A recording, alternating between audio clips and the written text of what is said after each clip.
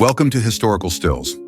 In this video, get ready for a journey through time with a selection of rare, surprising, and extraordinary historical photos from the 60s, 70s, 80s, and 90s.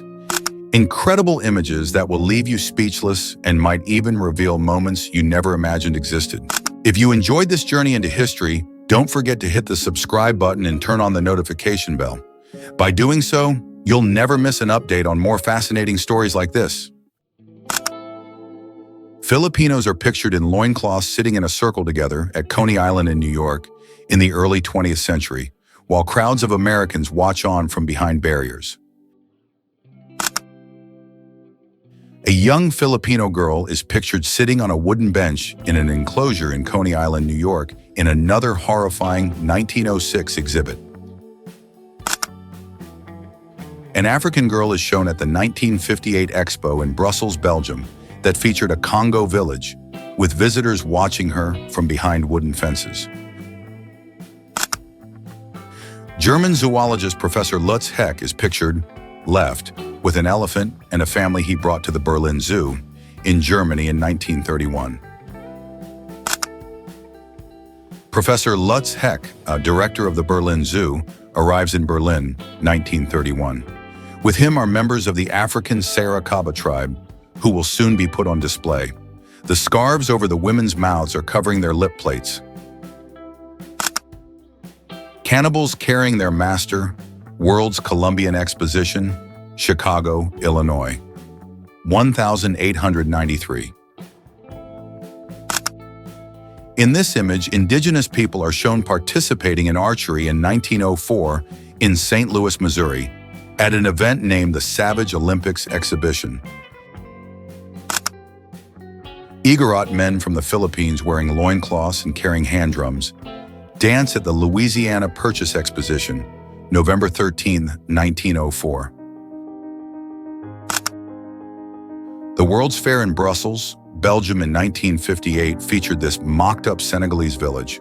Shows held across the Western world were designed to emphasize the cultural difference between Europeans and people who were deemed primitive. Germany's Kaiser Wilhelm II is pictured meeting Ethiopians standing behind a wooden fence in Hamburg, Germany in 1909. Ota Benga, a Congolese man exhibited in the New York's Bronx Zoo in 1906, was shockingly described as a missing link of evolution. Over 40,000 people came to see him every day and was often subject to mocking from the crowd.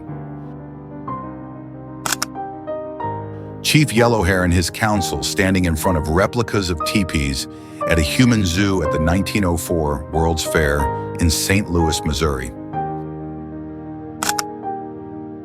This unidentified African man was cruelly displayed as an exhibit at the 1904 St. Louis World's Fair in Missouri.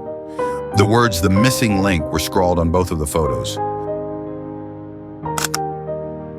The dreadful treatment of Ota Benga, second from left, a Congolese man exhibited in New York's Bronx Zoo in 1906, sparked outrage, and he was eventually released. But 6 years later, he tragically took his own life after being unable to assimilate into American life.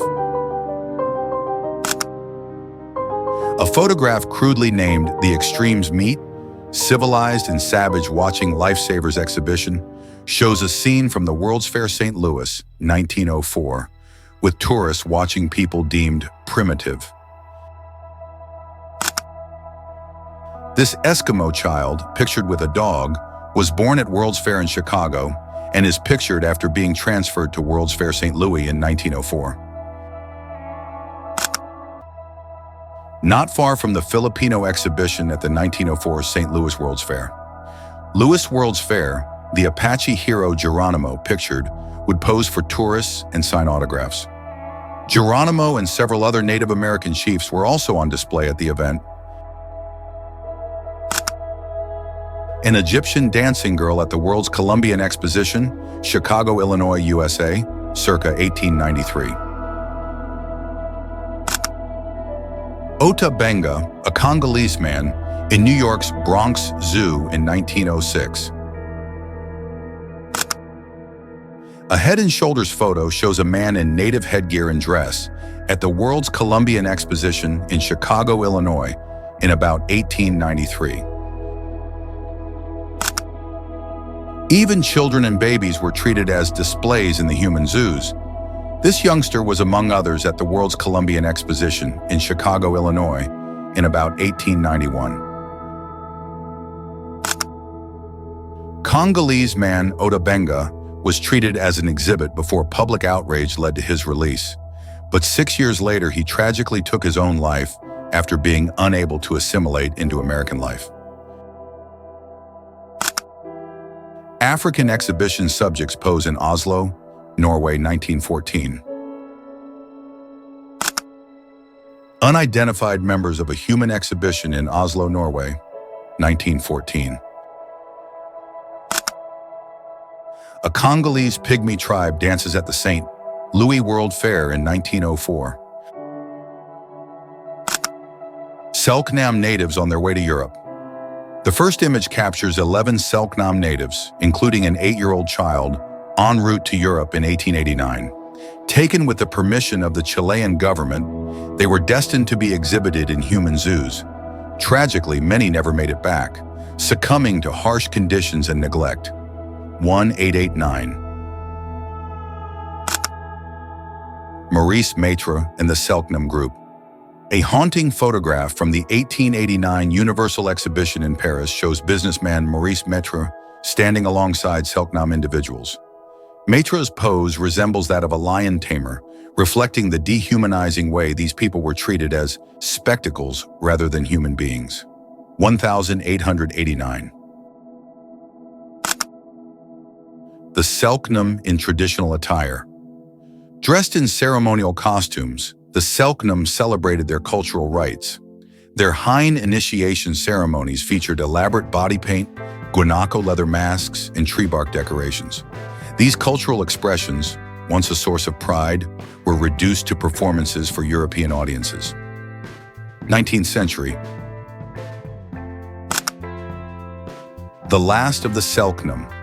By the 20th century, the Selknam population dwindled to near extinction due to exploitation, displacement, and massacres.